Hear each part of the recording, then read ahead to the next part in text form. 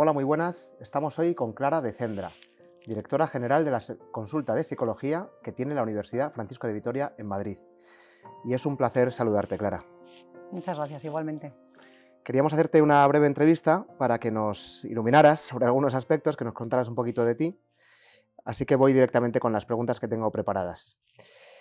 Primero me gustaría preguntarte cuál es tu trayectoria como psicóloga, a cuánta gente has atendido, en qué te has especializado.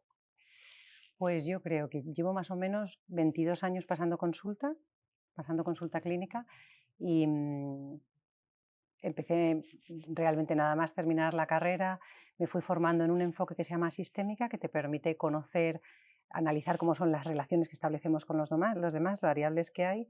De ahí también fui formándome con un fondo antropológico muy importante que despertó en mí como la pregunta de la identidad personal siempre. Y luego fui avanzando hacia todo lo que es el dinamismo afectivo. Entonces, realmente, si pudiéramos decir la especialidad, tiene que ver con intentar, por supuesto, en consulta, ayudar con la sintomatología, que es lo que hace sufrir mucho, pero siempre hay un hilo conductor de fondo, si es que el paciente lo quiere, que tiene que ver con lograr ser lo que verdaderamente yo soy, ¿no? Y para eso trabajamos mucho las relaciones familiares, que tienen que ver con el enfoque sistémico del que hablaba antes, trabajamos muchísimo el dinamismo afectivo, porque es la clave, ¿no?, dentro de la estructura psicológica para verdaderamente pues quitar todas las trampas que tenemos, que son procesos adaptativos, pero que nos pueden hacer sufrir mucho a día de hoy, y permitir que la estructura psicológica verdaderamente, o sea, y provocar, ¿no?, que bueno, lo provoca el paciente en realidad, porque él es el que trabaja duro en consulta, ¿no? Pero para potenciar, para generar una estructura psicológica que le permita a la persona ser verdaderamente lo que es y de ahí ya gobernarse y hacerse un bien, potenciarse como ser humano. Ujú. Y en respuesta breve, que no me has contestado a una cosa que me interesaba mucho, ¿a cuánta gente has atendido más o menos en tu Perdón, trayectoria? Nada. pues yo creo que personas, creo que en torno a 1500 más o menos. Ujú, 1500 psicoterapias, ujú. más o menos, sí. Eso es una buena cantidad. Que es una buena cantidad, sí. La verdad es que siempre súper agradecida de la confianza que los pacientes han puesto en mí. La verdad es que lo ves y son unos valientes, porque hay historias de vida que realmente si yo hubiera tenido que vivir, no sé si conseguiría estar en pie como ellos lo estuvieron. Entonces es verdad que te enseña, que aprendes mucho del ser humano y de la capacidad que tiene, gracias a las personas que están dispuestas a abrir su corazón en consulta y a contarte lo que más nos cuesta a todos, que es el dolor padecido tan grande. Ujú. Mm. Has hablado de provocar, de que hay que hacer un trabajo. Yo creo que hoy en día es el punto de partida es un poco si eso es posible, ¿no? O sea, ¿hay cierto determinismo interior o tú crees que la libertad todavía existe y juega un papel muy importante? Cuéntame un poco tu opinión. Pues es verdad que creo que parte de lo que está sucediendo es la confusión de los mensajes. O sea, recibimos tantos mensajes de tantos sitios, de tantas personas, que llega un momento en el que no sabes cómo hacer el filtro. O sea, no sabes de quién fiarte, de quién no fiarte, quién dice la verdad, no con mala intención, pero quién dice la verdad en el sentido de lo verdadero y quién te cuenta su experiencia que puede ser verdadera, pero a lo mejor sesgada por cosas. Entonces creo que hay mucha confusión con respecto a cuál es el camino, ¿no?, que realmente me puede ayudar. Y luego hay muchos mensajes que vienen también como de un contexto histórico que ha ido haciendo evolucionar también como la necesidad del ser humano. Entonces, durante mucho tiempo es verdad que la persona, todo el mundo afectivo estuvo muy despreciado, o sea, no era algo como a tener en el mapa, era algo que despistaba, que desestabilizaba, desestructuraba, no te podías fiar mucho de toda la afectividad. Y es verdad que eso, gracias a Dios, ha dado un vuelco y ahora está permanentemente presente el mundo de las emociones, que no es el único mundo, es dentro de la afectividad están sensaciones, emociones, sentimientos, ¿no?, y luego afectos. Pero es verdad que gracias a Dios se ha rescatado una verdad del ser humano potentísima, que es el mundo de las emociones. ¿Qué es lo que creo que está pasando ahora? Que al hilo de la libertad que tú preguntabas, Pedro, que cuando estamos en un momento en el que parece que lo emotivo es lo único verdadero. Entonces, lo emotivo es verdadero, es radicalmente verdadero, pero no podemos olvidarnos de que es verdadero y subjetivo, es mi mundo emotivo y necesito escucharlo lo primero de todo en la vida para poder ser feliz. pero el mundo emotivo, sin una cabeza que gobierne, está totalmente perdido, porque necesita una cabeza que tenga unos valores morales que sabemos que son buenos para la estructura psicológica, que le van a dar estabilidad, que le van a dar coherencia, que le van a potenciar y que le van a dar libertad. Entonces, necesitamos la afectividad como núcleo fundamental del ser humano para que una cabeza pueda gobernar en verdad, ¿no? En búsqueda del bien, de la verdad y de la bondad de esa persona, gobernar a toda esa afectividad. Entonces, la realidad es que tenemos muchísimo que hacer con nosotros mismos, muchísimo que hacer, pero muchas veces no sabemos ni cómo ni por dónde empezar y nuestras emociones suben de tal manera y cogen una fuerza tal que parece que nos gobiernan, nos desbordan y es humanamente imposible manejar nuestra propia intimidad. Y no digo que no sea, que sea un trabajo fácil, es verdad que cuanto más músculo vas desarrollando, más de alguna manera fácil se puede ir haciendo porque conoces las leyes, los dinamismos, sabes qué técnicas usar, cómo intervenir. Entonces es verdad que sí tenemos muchísimo que hacer y nuestra libertad juega un papel absolutamente fundamental. O sea, si partimos de la base que no puedo hacer nada conmigo mismo, pues eso me va a llevar probablemente a que los propios aprendizajes y dinamismos terminen generándome picos de ansiedad muy fuertes, picos depresivos muy severos, que no entienda lo que me pasa, o sea, que me va a impedir de verdad tener un gobierno y luchar por él y ser estable profesionalmente, personalmente o familiarmente, en clave de amigos, en todos los ámbitos sociales. Hay un matiz en la libertad, además, que a mí me parece esencial tener en cuenta, y es que tú naces y naces en una familia y eso no lo eliges. Y naces siendo persona y eso no lo eliges. Y naces y tienes 4 dimensiones y cada una tiene sus leyes y sus necesidades y eso tampoco lo eliges. Y naces con una determinada forma física y eso tampoco lo eliges. Entonces hay una realidad que es la que es y esa no la podemos cambiar. Y lo que necesitamos es conocerla muy en profundidad, o sea, ser muy listos, formarnos muy bien para conociendo esas leyes, entonces ya manejarlas y hacernos un bien, pero no ir contra natura. O sea, muchas veces en consulta te encuentras con personas que dicen, yo ya voy a dejar de sentir, voy decidido que ya no me va a afectar esto. Y dices, es ir contra natura, eso te va a afectar. Otra cosa es que dejes de exponerte y ya no te afecta, o que una vez que te afecte lo proceses rápido. Entonces sí, pero hay ciertas frases que hemos oído, leyes, que, que nuestra libertad no puede hacer nada más que conocerlas para de verdad poder ponerlas en juego y hacernos un bien. Pero la libertad es esencial para hacer un camino psicológico, Ujú. esencial. Te he oído decir en alguna ocasión que las emociones hay que, no sé, corrígeme si me equivoco, pero escucharlas y confirmarlas antes de hacer un proceso después. Pero me pregunto si un niño, esto es en el ámbito de la educación, un niño de 4 años, a mí que soy su padre, me pide una chuchería y no se la doy y se pone a llorar porque realmente siente una tristeza y se pone a llorar, Mm. y se coge una rabieta, eh, me sale que lo que tengo que decirle es que no llores por eso, que es una tontería. Sin embargo, esa frase suena como te estoy coartando la emoción. ¿Me puedes ayudar a hacer esta distinción clara? Tú imagínate que estás en un sitio y ya como adulto, ¿vale? Ahora voy al niño en concreto. Imagínate que como adulto estás esperando un trabajo estupendo que va a salir, que está, y que en un momento determinado te llaman y te dicen que el trabajo no es para ti, ¿no? ¿A ti qué te pasa?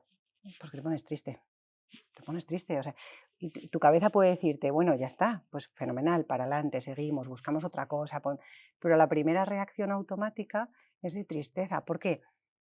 Porque he perdido algo. He perdido, no estaba, no existía, pero en mi mapa mental estaba. Yo esperaba que eso sucediera, yo tenía ilusión por que sucediera.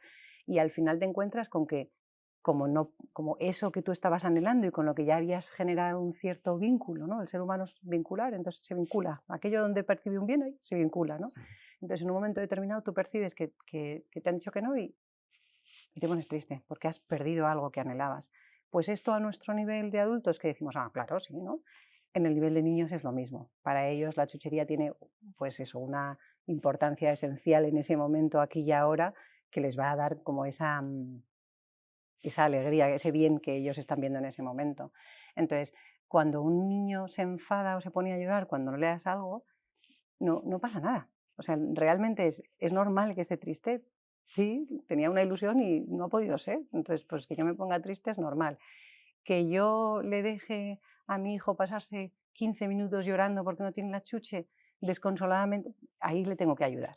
O sea, ahí le tengo que ayudar porque una cosa es lo que me sale en automático y es que me pongo triste, y otra cosa es que eso se retroalimente y tiene que ver justo con la estructura psicológica, y entonces aquello vaya más, vaya más, vaya más, entonces tengo que ayudarle a serenarse, a quedarse tranquilo, y desde ahí yo le ayudo a hacer una regulación emocional confirmando su emoción. Tu emoción está bien, voy a ver cómo te sereno y te calmo, ¿no?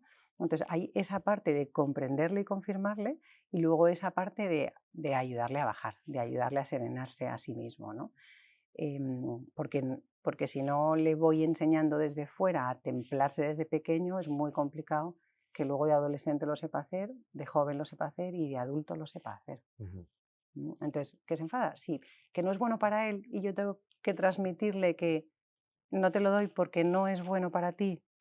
Y mientras te confirmo, y mientras te ayudo a hacer una regulación emocional, y mientras te digo, te hago esto, te transmito, y esto ya es a nivel cognitivo, te transmito que esto no es bueno para ti. Entonces, lo que le ayudas al niño es a ver la proporcionalidad de las cosas y a entender que si hay un bien detrás, déjame decirlo así, no pasa nada por sufrir por el camino, sí pasa, hay que trabajarlo, hay que regularse, pero la cabeza tiene que buscar siempre el bien mayor. Entonces, en este caso en concreto del niño, la educación, el niño tiene que entender, tienes que oír una y otra vez que lo haces por su bien, que es que conlleva un bien para él. Y desde ahí, pues si tienes que estar triste en un momento dado, si te tienes que enfadar en un momento dado, pero es que el bien es más importante para ti, porque desde ahí vas a poder ser feliz más allá de lo que te dé una chuche. ujú. Más o menos. Me queda claro. Tratar de ir profundizándolo para practicarlo bien, porque no es fácil. Mm. Quería preguntarte también, volviendo a tu experiencia, ¿cuál es el tema que más te ha llamado la atención o más preocupante con el que te sueles encontrar? O sea, que te preocupa su frecuencia, digamos, Mm. de los que te encuentras en terapia A día de hoy, a día de hoy. porque es verdad que como que tras 20 años de atender en consultas, has visto como, o sea, se van viendo como tendencias, ¿no? Pues yo creo que ahora mismo, de las tendencias quizá más preocupantes, tiene que ver con todo el ámbito de las relaciones afectivos sexuales. O sea, realmente hay tantos mensajes tan contradictorios que van como contra la esencia de lo que el ser humano está llamado a ser, que nos encontramos con unos sufrimientos terribles, desde abusos en infancia, que van duplicándose el número de situaciones que se dan, hasta relaciones en las que ha habido muchísimo dolor por ese tema, hasta personas que individualmente, o sea, personalmente sufren una barbaridad porque no saben cómo salir de una situación en la que están como muy atrapados, se sienten Ujú, muy atrapados con el tema de la sexualidad. Al principio se empieza muchas veces desde otro lado, pero termina enganchando de tal manera que realmente genera mucho malestar interno. ujú. Sí. Quería preguntarte también por un tema que sé que eh, has abordado, porque lo hemos abordado juntos, ¿no? Lo hemos hecho con esta institución, que es el autosabotaje. Mm. Me gustaría preguntarte en qué medida crees que el autosabotaje también es un problema actual, ¿no? Que es el motivo por el que has querido tú dar una solución de alguna manera, ofrecer una solución para aquel que quiera acercarse. Porque, o sea, realmente en cualquier motivo de consulta que tú atiendes, ya sea porque en un momento determinado por pico de ansiedad, un pico depresivo, porque una persona está en un conflicto muy fuerte de pareja, o sea, por el tema de la sexualidad que hablábamos antes, realmente en todos los motivos de consulta necesitas trabajar el discurso interno, en todos, porque los dinamismos que se han quedado en los que se queda atrapada la propia persona, que no tiene por qué, pero no sabe, no tiene herramientas y no sabe cómo usarlas, ¿no? Entonces, esos propios dinamismos son los que sostienen la sintomatología en el tiempo. Entonces, el discurso la imagen herida de uno mismo, el discurso interno y la autoestima están de telón de fondo en todo el trabajo personal que haces en todas las psicoterapias. En todas las psicoterapias probablemente me he visto en algún momento diciendo, ¿te has quedado a gusto con lo que te acabas de decir? ¡Hala! ¿Te has quedado a gusto? Como diciendo, no, para esa manera de hablarte y de tratarte, porque no, porque es que solo te hace daño y además no te va a ayudar a avanzar. ni te va a resolver la situación, ni te va a ayudar a avanzar, ni de verdad es lo que tu afectividad, o sea, tu corazón necesita escuchar en este momento. Ujú. Entonces es como uno de los hilos conductores realmente de todos los procesos de psicoterapia cuando entras un poco en profundidad a trabajar algo que sea más allá de los síntomas, o sea, que no es solamente el bajar el síntoma y ya está. Si tú trabajas en la persona, es algo que te vas a encontrar, que vas a tener que trabajar siempre. Ujú. Sí. ¿Y de dónde procede el autosabotaje? ¿Nacemos así o es algo que te va ocurriendo? Nacemos bien hechos. A mí me gusta como que todos los pacientes o que todas las personas que se ponen en nuestras manos se vayan siempre con ese mensaje. Nacemos bien hechos. Lo que pasa es que ninguna historia personal es perfecta y en todas las historias personales hay heridas afectivas y nuestros padres han hecho lo que estaba en sus manos y lo mejor que han podido en la mayoría de las situaciones, el darnos una educación, el buscar para nosotros lo mejor, pero la realidad es que no han podido protegernos de todos los sufrimientos que hemos tenido en la vida, no han podido protegernos de cuando estábamos en el colegio o cuando nos pasaba no sé qué, o no han podido vivir dentro de nosotros y padecer por nosotros lo que nosotros estábamos padeciendo, con lo cual hay una limitación real de todas las personas que nos acompañan que tiene que ver con que tú tienes que vivir tu vida desde tu ser único y irrepetible y nadie puede hacerlo por ti. Entonces, en esa vivencia interna hay muchos dolores por el camino y si por lo que sea no pudiste compartirlos, por lo que sea te hirieron en un momento determinado sin ninguna intención, todo eso va haciendo que tú vayas construyendo una imagen de ti mismo y de ahí nace el discurso interno y de ahí nace la autoestima. Entonces, si tienes la suerte de haber podido vivir con personas que te han mirado bien y verdaderamente, ¿no? Con una bondad en su mirada, es verdad que tienes mucho salvado en la vida. Todo no, porque todos hemos tenido fracasos, todos nos hemos equivocado, todos hemos hecho daño al prójimo, o sea que hay una realidad que convive en el ser humano y con la que hay que ir bailando y mejorando con el tiempo. Pero nacemos bien hechos. Lo que pasa es que la historia, pues a veces no es fácil. Ujú, Mm. ujú. Entonces tiene mucho más que ver con los impactos que yo he vivido con personas importantes para mí, con amigos, con los éxitos y fracasos, con la mirada que los demás tienen de mí y el feedback que te van dando a medida que vas creciendo. Entonces tiene muchísimo, bueno, tiene que ver con una de las dimensiones constitutivas del ser humano, que es el mundo relacional, y luego yo como por dentro proceso esa información que me llega de fuera. Entonces, sí, podríamos decir que es construido en Ujú. función de la historia que he vivido. Eso nos da un margen maravilloso porque si algo está construido, significa que podemos hacer algo en esa construcción.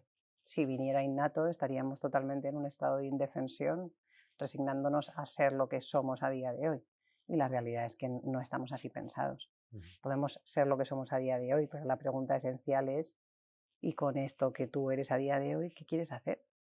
¿En quién te quieres convertir? ¿No? ¿Podrías darnos 3 consejos sencillos para empezar a abordar el autosabotaje? Tres No sé si es muy consejos, difícil así de tan rápido, pero tres consejos sencillos para o empezar. los que te salgan. Pensaba 3, Bueno, pero si te sale uno o 2, pues para el autosabotaje, eso es. pues hay un hilo conductor siempre que es, si no me doy cuenta de que algo me pasa, no puedo trabajar sobre eso. Entonces, lo primero sería párate y mira a ver qué pasa dentro de ti. Hay personas que tú les preguntas, oye, ¿qué tal estás? Y ya se les hace una bola horrorosa. Es que no sé desde dónde contestarte. No, muy bien, ya está, porque no sé ni siquiera. Entonces, el primer paso es entrar a mirar, ¿no? Y no te asustes, no te asustes. Porque la realidad es que en consulta muchas veces te das cuenta de que cuando animas a mirar hacia adentro, uno de los temores más grandes que hay es que me voy a encontrar con un monstruo. Entonces las personas creen que se van a encontrar con algo espantoso, horroroso y que para qué van a mirar. Yo no me he encontrado con nadie horroroso de las 1.500 personas que he atendido nunca en consulta. Nunca. O sea, estamos bien hechos, pero tenemos miedo. Y la realidad es que según entras, te encuentras con alguien normal, en el mejor sentido de la palabra, y único y irrepetible. Entonces es verdad que hay, creo que el primer paso o el primer consejo es tienes que parar a mirarte, atrévete, ¿no? Y luego, y si no te atreves, pues ve de la mano de alguien y atrévete con alguien, ¿no? Pero no dejes de hacerlo nunca en la vida. Entonces el primero es atrévete, no Ujú. dejes de hacerlo. El segundo es una vez que te atreves, que te atrevas, intenta detectar algunas de esas palabras, de esas frases o de esas palabras que se te aparecen todo el rato en la cabeza, ¿no? Del tipo, no puedo, no puedo, no puedo, o no soy capaz, no soy capaz, no soy capaz. Es que soy tonto, ¿no? Soy tonto, soy tonto. O sea, esas frases, ¿no?, que están ahí, que son pensamientos automáticos, frases cortas, rápidas, automáticas, que se nos cuelan en la cabeza, empieza a percibirlas. Y el tercero sería, y si las percibes, páralas, páralas. Es que por ahí no van los tiros. O sea, para y dile a la cabeza, no, por ahí no. Por ahí no, es que estás siendo un mal amigo con un mal consejo en un momento dado. Entonces, páralo. Quizá esos tres. Ujú. Atrévete, detecta y si es negativo, para, que no van por ahí los tiros. Mm. Gracias por los consejos. También quisiera preguntarte, dado que has preparado con esta institución un curso online, ¿cómo puede ayudar un curso online en este sentido? O sea, ¿nos hace falta necesariamente ir a terapia o crees, supongo que crees lo segundo, porque si no, no lo hubieras hecho, crees que esto nos puede ayudar de manera significativa? O sea, la intención era que pudiera ayudar de manera significativa. Ojalá pueda hacerlo, porque la intención no era convencer a nadie para que viniera a terapia. Si una persona necesita venir a terapia, que no dude de venir a terapia, porque si caes en manos de un buen profesional que entienda al ser humano y sepa de su profesión, te puede ayudar una barbaridad, tengas sintomatología o no la tengas, te puede ayudar a cortas caminos, a cortas tiempos y a cortas dolores, ¿no? Que no quieres ir, no pasa nada, no hace falta que todo el mundo vaya a terapia y me encanta mi profesión, pero no hace falta que todo el mundo vaya a terapia. Entonces la idea era poder ayudar, no sé si puedo decirlo así, pero al común de los mortales. O sea, son cosas que no están pensadas para cuando hay sintomatología, están pensadas porque eres persona. Entonces, están pensadas porque así funciona la estructura psicológica de todos nosotros. Yo en consulta 1000 millones de veces digo, es que esto te pasa a ti y me pasa a mí y le pasa al de enfrente, porque esto es ser persona, esto así es como funciona la psicología. Entonces, la idea era un curso con ese punto de, es que lo puedo hacer a mi ritmo, no tengo prisa para hacerlo, que eso me parece potentísimo cuando hablamos del ámbito de la psicología, porque hay veces que me encuentro mejor, otras veces no me apetece nada, otras veces estoy muy motivado. Entonces me permite ir a mi ritmo, que eso me parece como esencial, siempre hay que ir al ritmo del paciente en consulta. Pues este curso pensado para la persona, por el hecho de ser persona, tiene que ver también, o sea, respeta también esa ley de ir al ritmo de la persona. Ir al ritmo de la persona no significa estancarse. El curso pide cosas muy exigentes y en consulta, para que avance una terapia, con mucho cariño, pero somos muy exigentes, impulsamos muchísimo a la persona a que se atreva a hacer cosas, ¿no? Este curso también te reta eso. Si Ujú. ves la parte teórica, vas a aprender, está bien. Si te metes en la parte práctica, te va a dar ideas. Si haces la parte práctica, te va a ayudar de verdad. Son cosas verdaderas que usamos, técnicas que usamos cotidianamente en consulta. Entonces, está pensado para que a todo el mundo le pueda ayudar alguno de los ejercicios que hemos planteado. Ayudan todos, o sea, todos son verdaderos. Pero realmente si te quieres quedar solo con uno, ese uno, si lo haces, te va a ayudar también. Ujú. Me gustaría preguntarte ahora, por otra cosa que está muy de moda también, yo creo que en cierta medida ayuda, pero ¿cuál es tu opinión como psicóloga por los libros de autoayuda? Los famosos libros de autoayuda, me imagino que Sí, hay de todo. Bueno, me gustaría preguntarte en abierto, sí. ¿cuál es tu opinión? Hay de todo.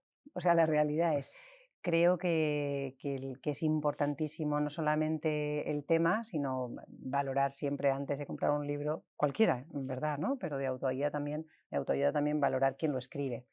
Y, pero me da la sensación de que en general se dicen cosas que pasan a las personas, o sea, porque si no, no nacería, ¿no?, de ahí, y, y en muchos casos que son verdaderas.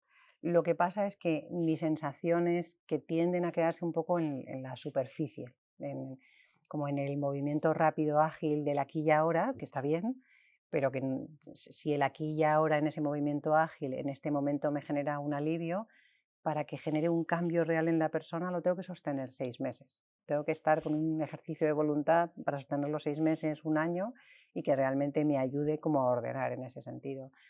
Entonces creo que hay libros muy buenos, libros normales y libros más flojillos, ¿no? Ujú, Entonces para mí la clave sería siempre el ver un poco la trayectoria de quien lo escribe, o ujú. sea, de qué se nutre. Si de solo una experiencia personal, que no está mal, pero solo es una experiencia personal, o de una trayectoria, creo que hay que mirar un poco ahí de eso, pura psicología, pura Antropología no es lo mismo, escribe un filósofo, que se escribe un antropólogo, que se escribe un psicólogo. Entonces, bueno, creo que siempre ayuda también para conocer desde dónde nos van a plantear la mirada hacia el ser humano. Ujú. Mm. Y es llamativo porque, aprovecho para decirlo, Clara no ha escrito ningún libro, cosa que me sorprende de la trayectoria tan larga que tiene. Dice que porque no se ha Sí, podido sentar, se lo preguntaba antes de la entrevista, sí. pero vamos, ojalá que escriba varios. Muchas gracias. Y Llegará, yendo, espero. y yendo un poco más allá en este Mm, tema de la autoayuda, ChatGPT. Te formulo lo siguiente, venga. hago una brevísima anécdota. Tengo una amiga que está yendo al psicólogo ahora porque está pasando un periodo de ansiedad duro por Sí. un asunto bueno, circunstancial. Entonces tiene una persona de referencia. Mm, Se encontró con un problema, de una cosa que le sucedió que le estaba alterando y dijo, no sé si molestar yo al psicólogo con esto, porque es que me apetecería llamarle, pero no sé si molestarle. Voy a preguntar a ChatGPT. mm. Le pregunta a ChatGPT y finalmente le llama al psicólogo. Y me dice mi amiga que le dijo exactamente lo mismo que ChatGPT. Se acabaron los teléfonos de urgencia. Entonces, cuéntanos un poco tu opinión sobre esto, de hacer de ChatGPT un psicólogo, cosa que está creciendo, según Sí, datos estadísticos, está creciendo muchísimo, que la gente, como ya lo toma como una especie de amigo, claro. está creciendo muchísimo las consultas psicológicas no oficiales, claro, a ChatGPT. Sí, pues eso que me comentas tú, la anécdota, me pasó a mí también hace no demasiado, que me llamó una persona y me dijo, en un momento determinado me pasó, pregunté a ChatGPT, me dijo qué cosas hacer, luego yo me metí la consulta para ver qué era lo que le había podido decir y lo que le había dicho era muy sensato. Además era un pico agudo de una situación compleja y le había dicho algo sensato. Es verdad que no he profundizado demasiado, yo no he utilizado ChatGPT para indagar cómo está en el mundo de la psicología, cómo está, no he hecho como un chequeo directo yo más allá de este filtro de esta anécdota que tú planteas, o sea que yo te cuento a raíz de lo que tú planteas. Creo que, por un lado, la información fría, bien organizada y bien ordenada ayuda mucho. O sea, la información fría es eso, como datos que, creo que si alguien hace consultas en ChatGPT, le animaría a hablarle de personas de referencia, o sea, es decir, que no haga una búsqueda abierta, sino que a lo mejor le diga, oye, ¿qué dice este y aquel sobre esto en concreto, ¿no? Sobre qué hay que hacer aquí? De manera que ya aseguras un poco que lo que te llega es de personas un poco que te hacen descansar, que sabes que no van a decir barbaridades con respecto al ser humano, porque tienen una experiencia clínica espectacular, etcétera, etcétera, da igual. Pero es verdad que a mí me daría tranquilidad pedirle un poquito más específico, ¿no? Más que una pregunta totalmente abierta. Y entonces creo que tiene una utilidad buenísima, como siempre si se sabe utilizar, ¿no? Si sabes qué variables pedirle o si sabes tú llevar las riendas, ¿no? de esa situación en la que te estás metiendo. Em, y luego, el que se sustituya o no se sustituya, creo que hay una parte ahí humana que no sé si se va a conseguir sustituir. Una máquina no lo sustituye, eso está. O sea, un ordenador no puede sustituir em, una consulta clínica. De hecho, se dice, ¿no?, que una de las cosas más potentes que funcionan mejor en una psicoterapia es lo que se llama la relación terapéutica. Por supuesto, las técnicas, por supuesto, hacia dónde vas, saber de qué estás hablando, saber poder ayudar en lo que te están pidiendo en concreto, pero es que se ha demostrado ya con publicaciones científicas que la relación terapéutica es la herramienta más potente para que vaya bien una psicoterapia. Y Ujú. entonces eso es insustituible por ChatGPT. A día de hoy las máquinas eso no lo pueden hacer, ¿no? Y es complicado pedirle a ChatGPT que te diga algo que te confronte. No sé si alguna vez lo has probado, yo no lo he probado, pero tengo gente cerca que lo hace. Ujú. Y entonces le pide algo así, preguntas así un poco más comprometidas y hace un poco vericuetos para sí, no, bueno, sí, pero bueno. Entonces, sí te dice, pero no te dice. Y en terapia hay muchas veces que necesitas confrontar con todo el cariño del mundo, con toda la seguridad de que vas buscando el bien del paciente, pero necesitas en algunos momentos parar y decir, por allí, o sea, por aquí no, por aquí, Ujú. ¿no? Y no se trata de tomar decisiones por el paciente, porque esto es esencial, esencial. O sea, el terapeuta no puede decirle al paciente lo que tiene que hacer en el sentido de tomar decisiones por él. Si se tiene que, que separar, si tiene que cambiar de trabajo, si tiene que... No, no, no, tú no puedes meterte en esas decisiones, ¿no? Muy, muy, muy grave tiene que ser la consulta para que tú pongas encima de la mesa algo parecido a decirle al paciente qué decisión tiene que tomar. Me estoy yendo a situaciones de maltrato, me estoy yendo a situaciones de abuso, o sea, muy radicales. El terapeuta no le dice al paciente lo que tiene que hacer. El terapeuta le enseña lo que le está pasando y le da habilidades para que decida lo que quiera. No, pero no puedes llevar las riendas de una persona. Entonces, cuando decía lo de confrontar o cuando decía lo de exigir es a nivel interno, para que en la estructura psicológica haga cosas distintas, ¿no? Y creo que ChatGPT a día de hoy todavía no lo hace. Veremos. No creo, la verdad, pero veremos. Por último, me gustaría preguntarte también, volviendo un poco al hilo del inicio de la entrevista, ¿no? Es un poco el tema de la libertad y demás, creo que está relacionado por los químicos. Voy Sí. a tratar de formular bien la pregunta. Mm, de alguna manera se oye mucho hoy en día también que pues esto de la hormona de la felicidad, el tener no sé qué regulación, etcétera, que no quiero ni nombrarlos para no equivocarme y decirlo mal, em, sabemos todos a qué nos referimos. De alguna manera eso nos hace tener una visión como un poco determinista también, ¿no? Porque Mm, parece que la alteración química es la que nos genera felicidad verdadera o tristeza o lo que sea. Y entonces, pues parece que que tendemos un poquito hoy en día a trabajar eso, dándole una gran importancia. ¿Qué opinas de esto? O sea, mm, es suficiente o cuál es la relación con entre la psicología, la química? claro. Es una pregunta compleja, me parece. Sí, pero muy verdadera, muy a la orden del día de lo que nos estamos encontrando cotidianamente. Para mí, la respuesta casi siempre ante preguntas del ser humano es un y, ¿no? Es esto y esto, ¿no? No es o esto. Con lo cual, cotidianamente, cuando nosotros psicólogos, ¿no? Tenemos en el equipo que tenemos en la consulta, en la Francisco de Vitoria, que es un equipazo de profesionales, cotidianamente nos encontramos con personas que necesitan medicación, o sea, que tienen unos picos tan fuertes, ¿no? De una emoción que se activa de tal manera que no consiguen trabajar consigo mismos, no pueden pararse a intervenir en la estructura psicológica porque están como fuera de totalmente fuera de sus zapatos, ¿no? Entonces, en estos casos se necesita medicación. Necesitamos, ¿no? A los psiquiatras que hacen una labor brutal y que yo he convivido y trabajado con ellos mano a mano muchísimos años y les necesitamos muchísimo, ¿no? Pero creo que es el y, ¿no? Y ellos nos necesitan muchísimo, excepto que ellos también hagan psicoterapia, ¿no? Que cada vez es más porque ellos mismos se están dando cuenta de la potencia que tiene trabajar también desde el otro lado. Entonces el ser humano tiene 4 dimensiones: física, psicológica, espiritual y relacional. Entonces la física y la psicológica están como al mismo nivel de trabajo personal. O sea, necesitamos trabajarnos en todos los sentidos para verdaderamente dar lo mejor de nosotros mismos. Es verdad que, entonces, cuando hablamos de intervención desde la farmacología o intervención desde la psicoterapia, para mí serían las dos. ¿Cuándo? Siempre, siempre, ¿no? De hecho, ahora mismo están despuntando como unas tendencias ya en el sistema público, ¿no? Unas tendencias de trabajo que tienen muchísimo de intervención psicológica, muchísimo, ¿no? Que hay una base de medicación, por supuestísimo, pero que llega un momento en el que la medicación ya no te deja avanzar más, pues te estabiliza y ahí es un bastón para que... Entonces la pregunta es, ¿me están dando un bastón? ¿Me puedo apoyar? La pregunta es, ¿quieres seguir caminando o no? ¿O te quedas apoyado en el bastón?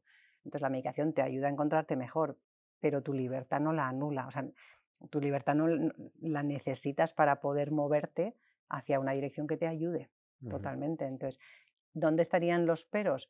Cuando en un momento determinado, em, o sea, la medicación, o sea, la estructura biológica está profundamente lesionada. O sea, si en un momento determinado nos encontramos em, con algo realmente roto, necesitamos medicación por encima de todo. Y una vez que la medicación estabiliza a la persona, entonces el trabajo es de psicoterapia. ujú, Pero la persona siempre puede remar para encontrarse mejor. Siempre, siempre, siempre. Siempre puede remar para encontrarse mejor. Si pienso que no, es porque tengo un pico de tristeza muy fuerte. Si pienso que merece la pena, es porque tengo un pico de tristeza muy fuerte. Si pienso, para y haz, que tienes muchísimo que hacer. Y a lo ujú. mejor necesitas medicación, claro que sí, pero con psicoterapia, porque tu libertad no te la anula nadie, no te la quita nadie. Ujú, Mm. ujú. Clara, muchísimas gracias por esta entrevista. Esperemos que podamos en el futuro tener alguna más sobre temas que nos interesan a todos. Sobre el curso que va a publicar en breve, pues podéis ver toda la información en la descripción de este vídeo. Sin más, me despido. Muchísimas gracias, Clara, por todo. Muchísimas gracias a ti, Pedro, encantada. Igualmente.